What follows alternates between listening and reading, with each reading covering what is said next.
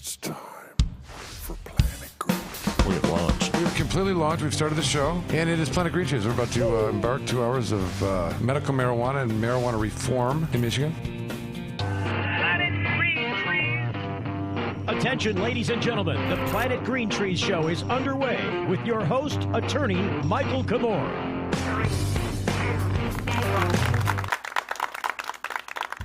Alrighty. We have launched. Welcome, everybody. Planet Green Trees. Officially January the 20th, 2022, episode number 546. It's been a long week. Jeff Frazier, if you're listening. They just did that without me, and then I played the recording that I have saved on my iTunes from, I'm going to get the exact date. I was saying, like there was, I think I was romanced by you on that night. Like you showed up with your harmonica and your guitar and song for Millie, if I'm mistaken, faked out as it's been a long week. It's 8/21/2014, just so for the record and stuff. All right, so we're starting the show here. It has been a long week. We've had a lot of Really has. hyper-extensive, energy-driven in different areas this week, and got the blood pumping. Right, got to show up, put up, and stay to the end. Getting rid of nuclear waste. That's right. That's right. But we've got a good show tonight. Excited for all the topics we're going to be getting into and discussing some of the events that have been transpiring. Maybe a little interviewing of people surrounding me right now. Everyone be ready. I may throw 12, 15 questions at you. Expect you to be responsive. No. Moving around the room, I want to introduce everybody. Well, let me do this. Let me tease there's some topics here, as I like to say, but there's no reason that we are going to follow those. I have a couple of things I want to talk about, but... We're definitely not going to follow them. Jim, what are they going to be? What are the proposed topics? Just to... I mean, we could go through them. Do it. Like, Well, we have your rant of the week. Maybe. Maybe. Let's see. Yeah. TBD.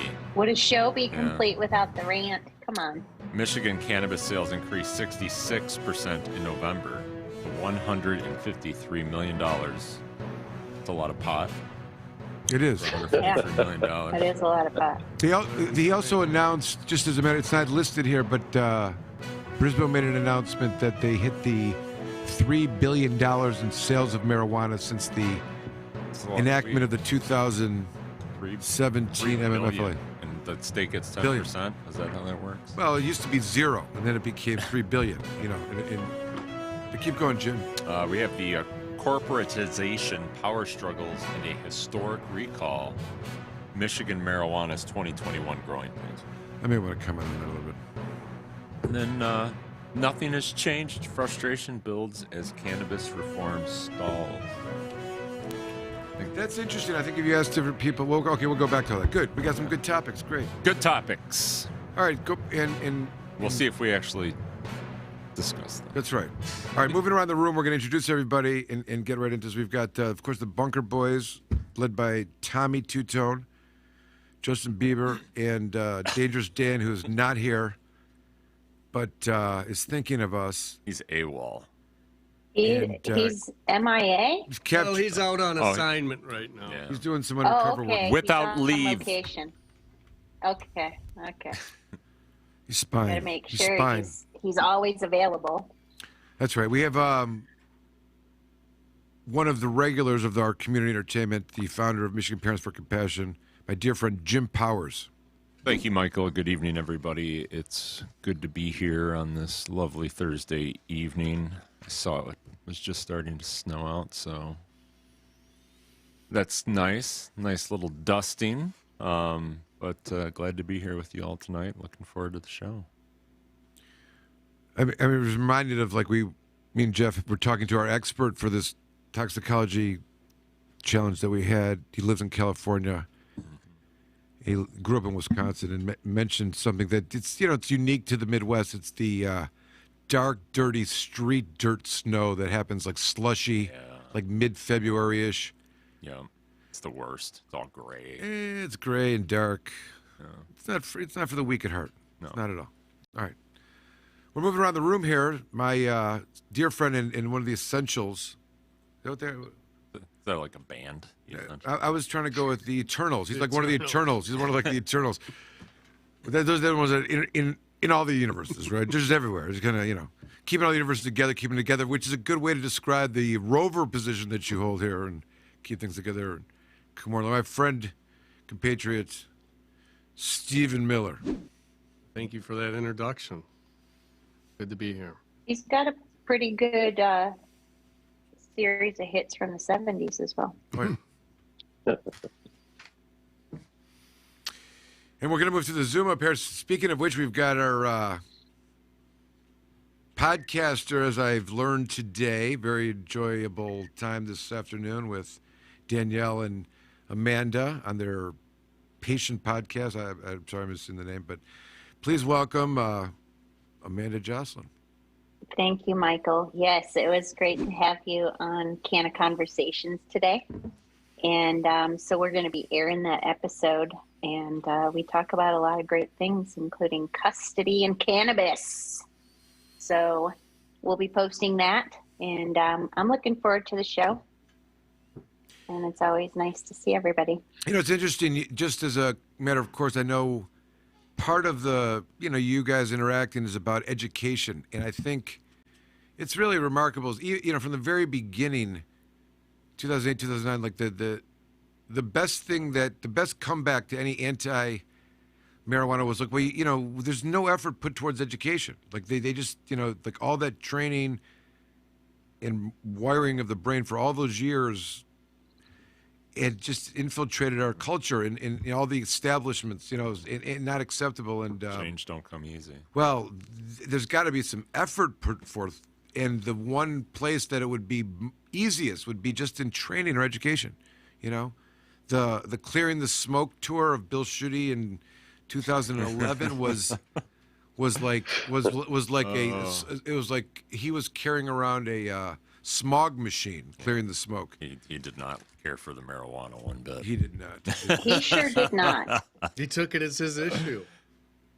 He really did. And then look what happened to Flint. I remember when he was on that tour. I don't know if it was on his tour bus.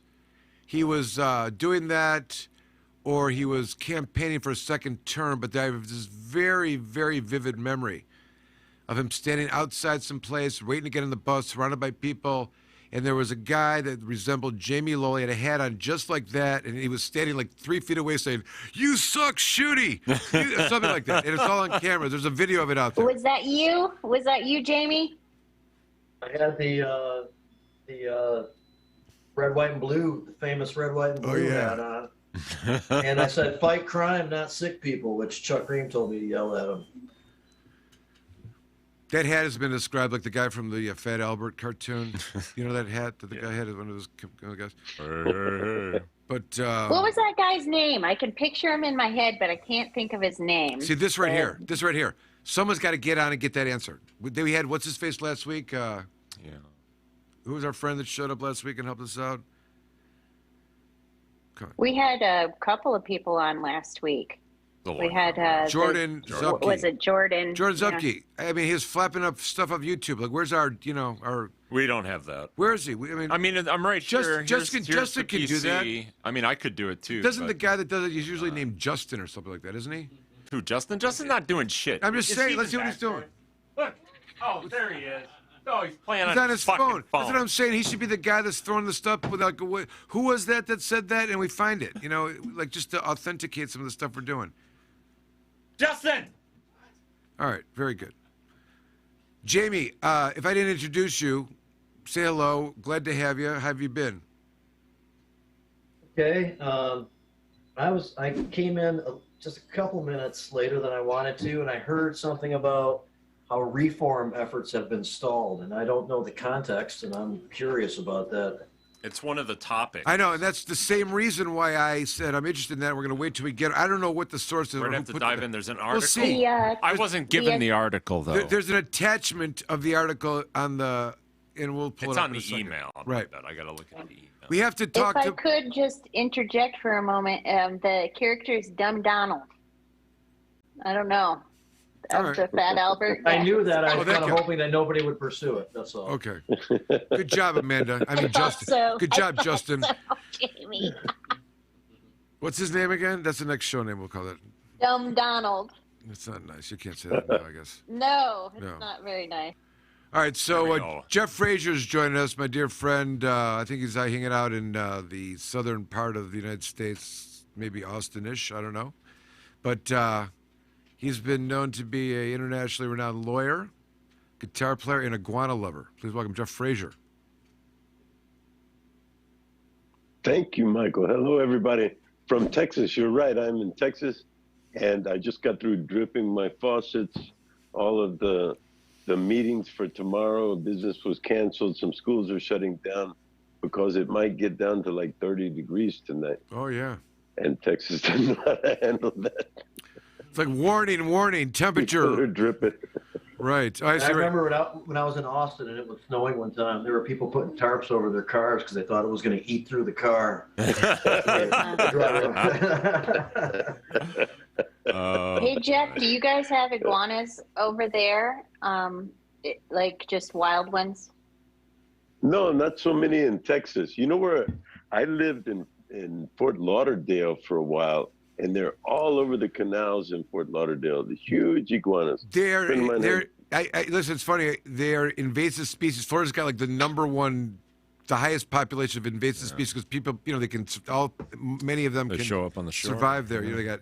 Yeah, But, and I saw an article with the cold-blooded because Right. the weather is getting cold here too, and they just drop out of the trees. Aw. Yeah, they fall out of I the haven't rain seen it, iguanas. but that's what I read. Be careful; it's gonna start raining lizards. Yep, that's so. They're cool animals, the iguanas, aren't they? And the one we're talking about for Jeff, there's a special iguana of all iguanas, which is the Galapagos Iguana, who swims in the salt water, which I guess the other ones do, but eats algae and it's like aquatic, right? The other ones. They sleep on the rocks and go and swim at low tide and eat seaweed, and then they come back and sit on the rocks under the sun that helps cook the seaweed, and then they spit, and then they go to sleep. And no one's ever come up with a better way to go about life than the marine iguana. But they are unique to the other iguanas, as many animals were at the Galapagos and whatnot, and they'll probably take over the Galapagos at some point. Yeah. Right. Well, indeed, we are. That's right. So here's something that was in the news that I thought, and Jeff, I want to hear your comments on. Not on the list. See?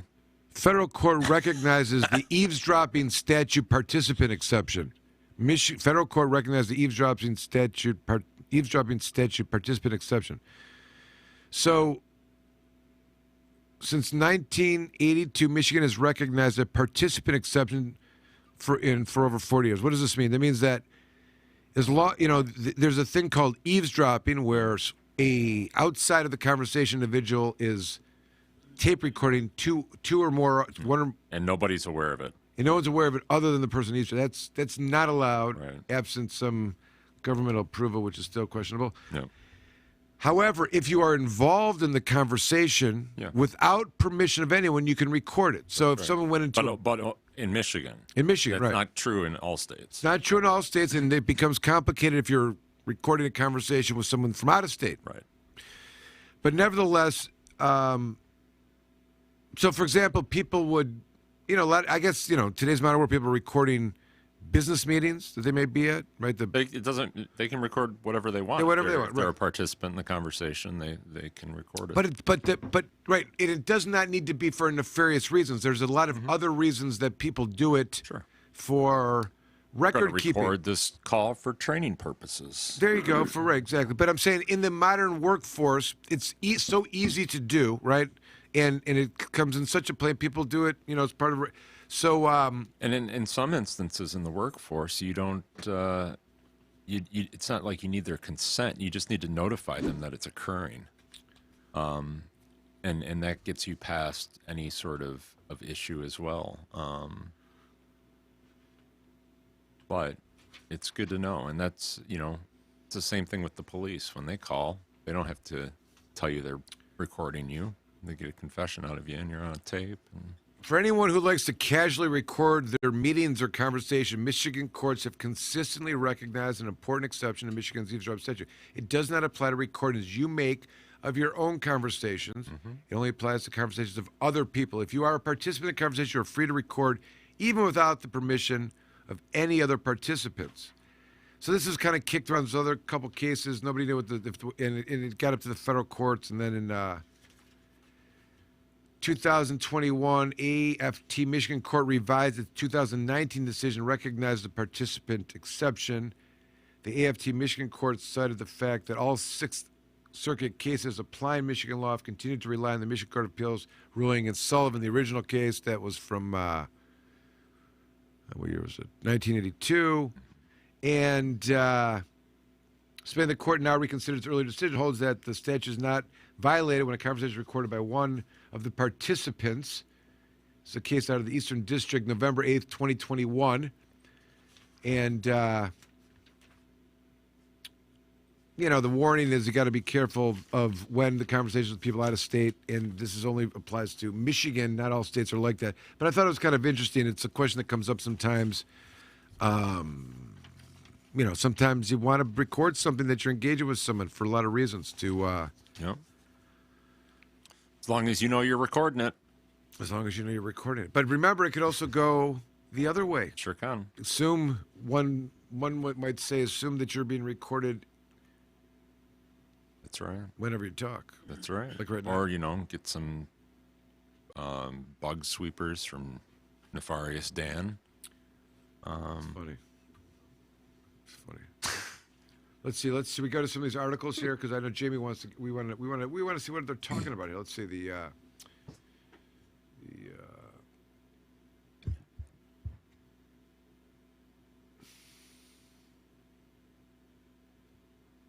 we go. Nothing is. It's dead air. No. It's nothing has changed. Frustration builds as the cannabis. Blah blah blah. Let me see. Yeah. Nothing has changed. Frustration builds as the cannabis reform stalls. Right. This is from... I know there are paths forward for the industry, but I'm becoming more and more cynical of Congress's ability or desire to do anything. Is this federal government context? Yes. Is Michigan? Okay, all right. That makes... And that quote was from a quote-unquote Michigan cannabis operator. That's what they said. That's right. Let's see. Cannabis industry was supposed to be the year of the reform and opportunity. Democrats were in control of both the White House, Congress. Lawmakers are busy pushing bills to expand banking access for cannabis. Amanda, we talked about that today. And offer pathways to expunging criminal records and increasing diversity within the industry.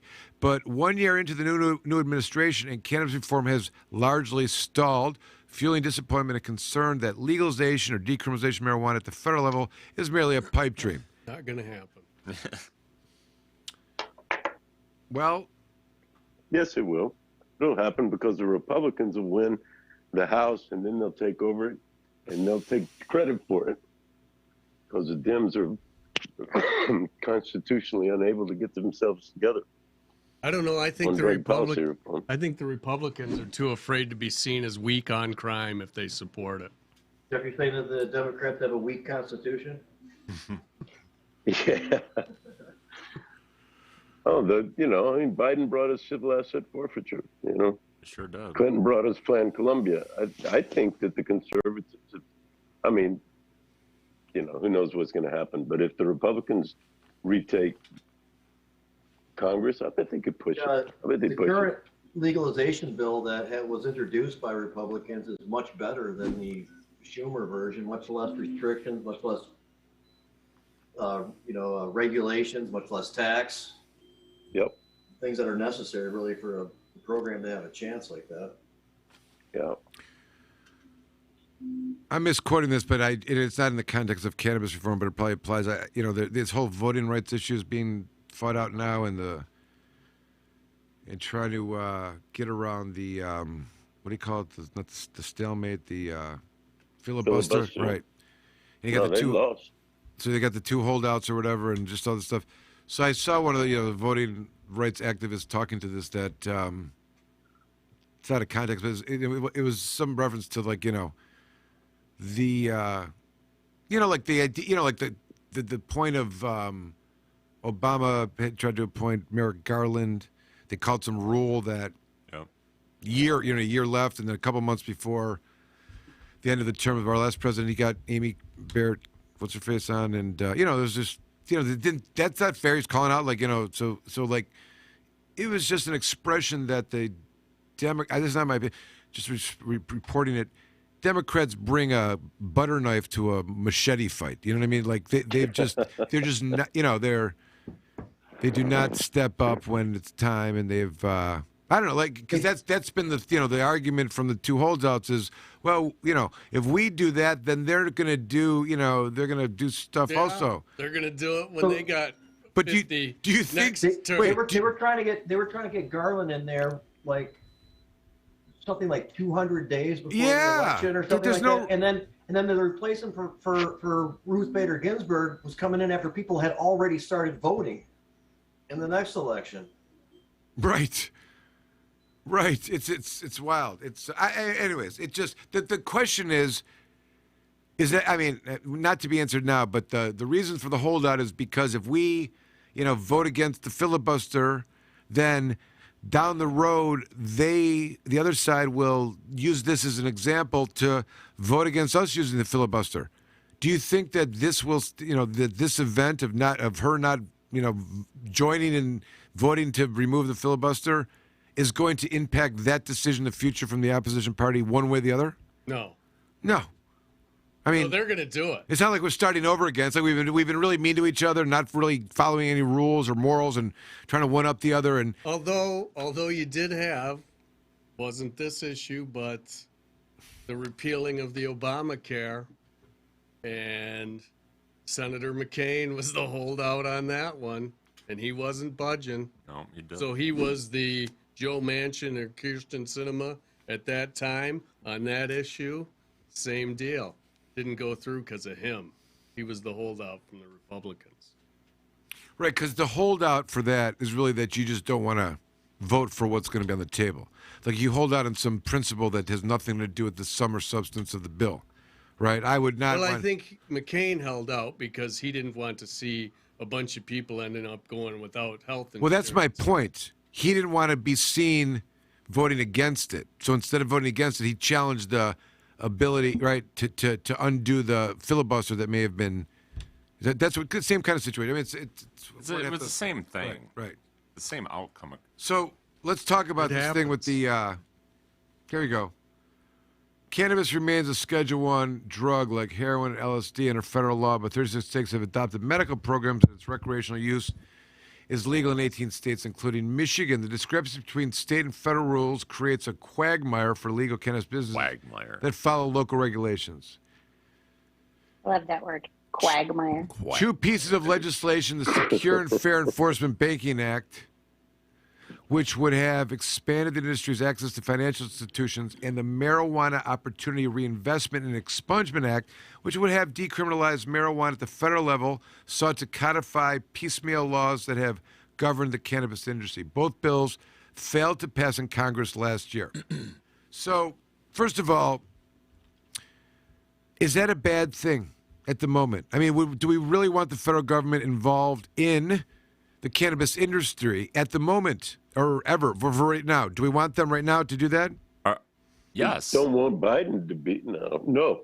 We don't want Biden to be in there. Well, hold on. There's no. Go ahead, Jeff.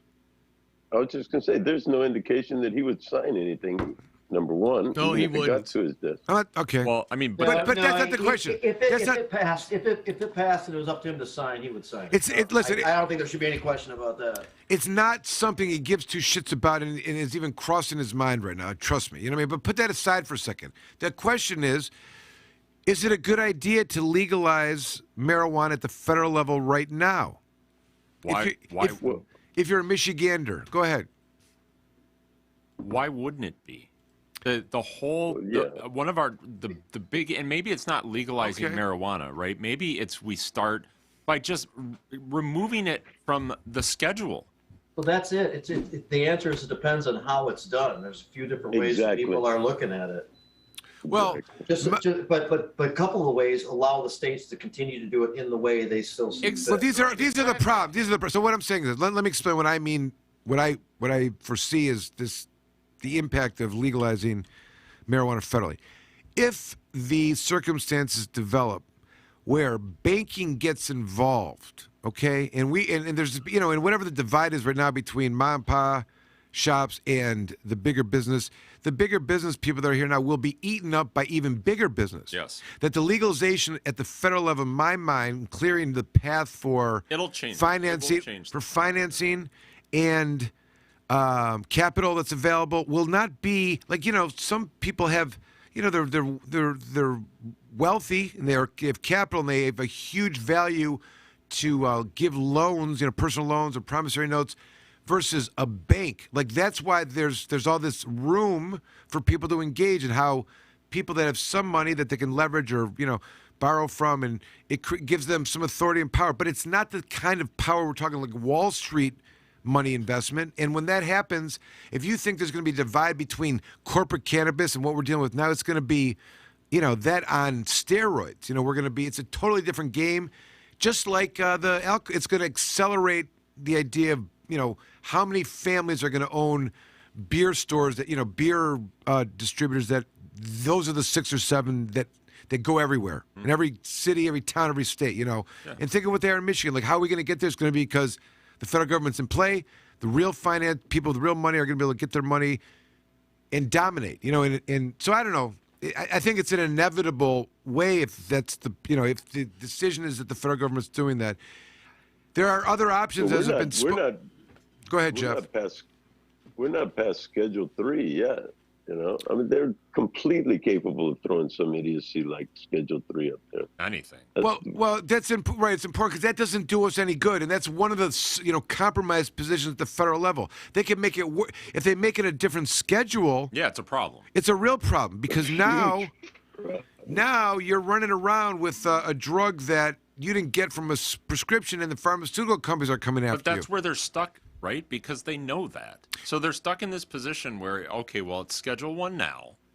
So really the only logical conclusion that you can draw is it needs to come off the fucking schedule. Period. Well, yeah, exactly. What they could do, which would be beneficial if they unschedule it.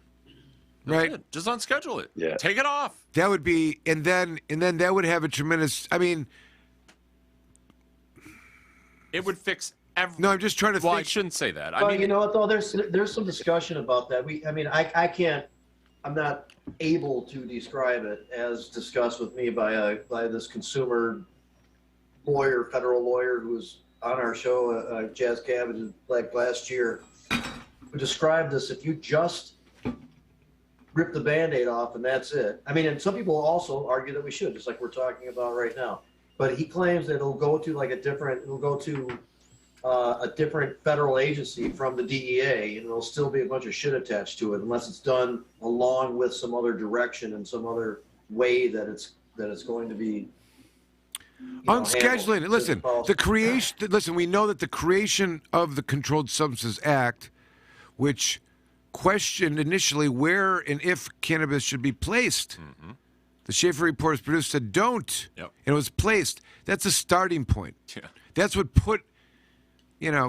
created the carnage, put all the people that we know and have been, ignored part of it completely. And that it was that act that led. So removing it may move it somewhere else, but I think that's the cold hard pain. The question is, if they do that, what impact does it have on everything else? I don't know. It will change. It will change. There's no doubt about that. But at the end of the day, we have so many problems surrounding cannabis, and so many of them can be tracked back to the fact that it is still Schedule 1. Jeff, what happens if the federal government unschedules it and like, let's say Alabama keeps it Schedule 1? I think that would be constitutional. I think that they could do that if they wanted to. In fact, that's how the hemp law, federal hemp law, went into effect. States are perfectly empowered to pass more restrictive state laws on hemp than the federal, including banning it. I believe that that's the way it's written. So I would expect that would be the same with regards to marijuana. That just because the federal government legalizes it doesn't mean that the states have to. Well, I'm asking specifically about if they unschedule it. What impact does that? Now, I think the answers would be the same, but go ahead. But in that case, Jeff, what about the protections of people if they're going through a state that decides, they have some, they're going through a state that decides. No, the question, like if you're in Alabama and it's Schedule 1 and the federal government says it's not even illegal, do you have any protections in Alabama? Right. The federal law? That's the question. But I want to respond to that. Go ahead, Jeff.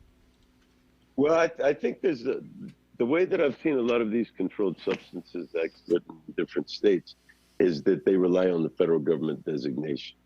So if and when it got taken off of Schedule 1 or off the schedule altogether, and then there are some states where, that act triggers things. Like, remember, Senate Bill 660 or whatever it is, that if the federal government were to take it off Schedule 1, the whole pharmaceutical grade drugstore program of marijuana would go into effect. So I think that a lot of states tie their Controlled Substances Act to the federal government. Now, we've made the argument that just because the federal government has it on its controlled substances list, the states aren't obliged to do the same. That's the commandeering argument, right?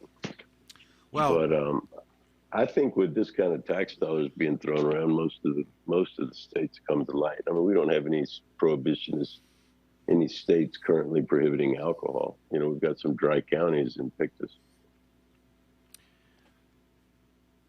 Well, okay, so I think, the way it would work is if the federal government unschedules it, you're right. The states have the choice of whether they want to. The protection at the federal level would not necessarily apply to the states, and they have the rights to create whatever ordinances, statutes, or whatever they want, so long as they are not infringing upon constitutional rights at the, that are protected at the federal level. They can at least give the same amount of protections of those rights, right? That's something different than what we're talking about here.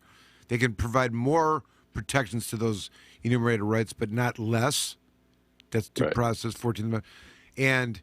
But in terms of the federal government doing something, it doesn't mean that the especially in this regard, and it's interesting because one of the, why doesn't the Controlled Substances Act, Federal Controlled Substances Act, preempt the Michigan Medical Marijuana Act? Because Michigan has, the Controlled Substances has a section carved out that recognizes that states have the right to dictate their own medical policies and medical, whatever. But isn't it also because it's less restrictive? I'm saying to you that the Controlled Substances Act on its face, it preempts a lot. You know what I mean? It says a lot of stuff that can't go on, and if you're doing it in the state, our federal laws, but it does leave open the state's rights to manage, legislate medical laws, period. So at the same time, they have the right to prohibit, so like they, when Michigan enacted the MMA, it was because of that. That's arguably why they were allowed to do that. One of the reasons. There's an argument clearly articulated within the Controlled Substances Act. And that's the basis by which this all began. There's an opening, a little small opening that deals with medical treatments and, but it's interesting now because if the federal government made it unscheduled, then a state would have the same right to legislate and define its own medical things, saying we're still going to keep it as a Schedule 3 or 4 or 1, Yep. So I don't think it's going to have an impact in that regard. Anyone disagree with that, Jeff? Jamie? Lawyer Jamie, Amanda? Well, it depends, like Jamie says, on kind of what it is that they do, because they could make Congress, they could make a statement in so doing that they're preempting the field and removing cannabis from all controlled substance lists in the United States. They can preempt the field. They just didn't do it in the case of the Controlled Substances Act, and I don't think that they'll do it because part of the reason that they're being able to sell their arguments is that it's states' rights. We're not doing anything except getting the federal government out of our business and pushing it back to the states where it belongs. That kind of argument, you know what I'm talking about? I know the argument and how that argument is used by, certain, it's the, but it works for medical marijuana as well. You know what I mean? And historically, the states' rights argument this is could be perceived maybe political in some ways, but it's been great. In a debate when you're with an antagonist, many times of which maybe, in Michigan at least, many were on the right. The argument about the states' rights to them was always right. That was always something that they would normally not argue about. Code word. But that's right. Which I think, at this point would be a step forward. Listen, I threw out my predictions about if it happens this way, why it may be bad. Let's hear from some of the other industry experts. Jamie, what do you think? Do you first of all, do you think there's going to be any progress in the Biden term, one? And two, is it going to be good progress? I mean, what impact will it have, whatever it may be? You got to pick what you think it's going to be, and then you got. Well, I don't think anything's going to happen in 2022, but there's a push. I've heard anyway that there's going to be a legitimate push, and the ideal outcome would be making some kind of synthesis of the two bills that are in play. And one of the reasons that the second one was introduced was to try to soften up the original one that was introduced. So if it follows that path, that it might look like that, although I don't think that's likely. It's hard to imagine. I mean, would it be safe to expect that both sides are going to want to keep marijuana out of the midterms? Perhaps. I mean, I'm not qualified to make that call. Really, I guess that could make sense depending on how you look at it. But I know that there's still going to be like a push here to do something about it before this next election. So what comes of it, I don't know. I remember, it's interesting. There's been a huge emphasis on a need for legislative change as the only method by which to normalize the market at the federal level. But after the Obama administration, even up until the first, few months of the next administration, the federal government was working diligently in the banking agencies with Colorado and the states and the Treasury departments in trying to develop policies to give some kind of guidance and whatnot. In fact, I remember a story that when Jeff Sessions, the first Attorney General, was not a big fan of cannabis, and I think they took a position. They repealed back like the two memos, like the Cole memo, and they're going to leave them. And it happened. I remember the response was like the banking agencies that were working on policies and with the industry, like were at meetings. They didn't know that they'd pulled back the policies. Like there was not a lot of communication about that. But they could achieve some level of normalcy, like we're talking about, without a full blown pass. They could. I don't know, the banking regulations and whatnot are driven by what? Is it just because it is Schedule 1? And it's exactly why it is. Exactly.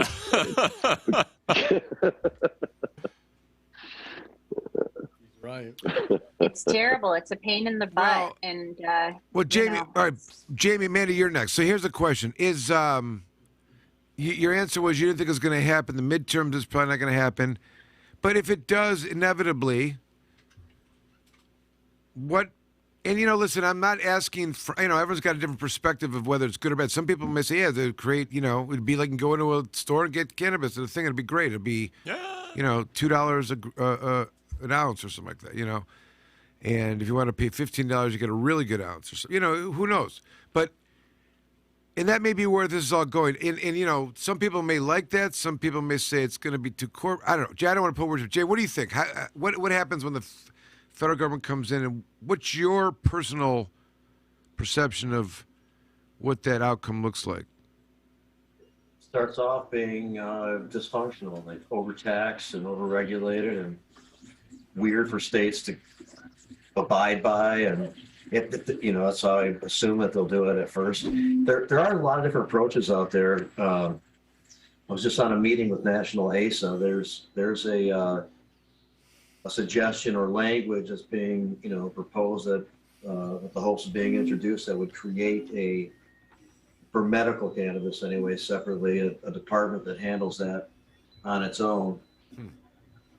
So there's some direction with how that might work, and that kind of stuff. So I don't know what of all the input, what shakes out. And obviously we know that some of the stuff has gone fairly far. It's been through at least past Congress at times. It's been introduced in the Senate. There's been stuff attached to bills that were taken out later on, but intention from some people were to try to get that through. And I mean, it's got to go. Something has to happen at some point. Well, they try to attach some of reform or expungement bills to it, which sometimes holds shit up a little bit. I'm not saying that that's not appropriate or that it shouldn't happen, but I think the more there may be, but nevertheless, the end result, if those bills had gotten through, if I'm not mistaken, it involves the government being involved with the regulations, and you would see additional costs and additional requirements to participate. We don't need any of that, right? But it also it's interesting because I think you're right. If it's out of the gate, there's going to be chaos, right? It'll be absolute chaos. It'll be like the MMA 2008-9. Shit'll get crazy for a minute. But at the end of the day,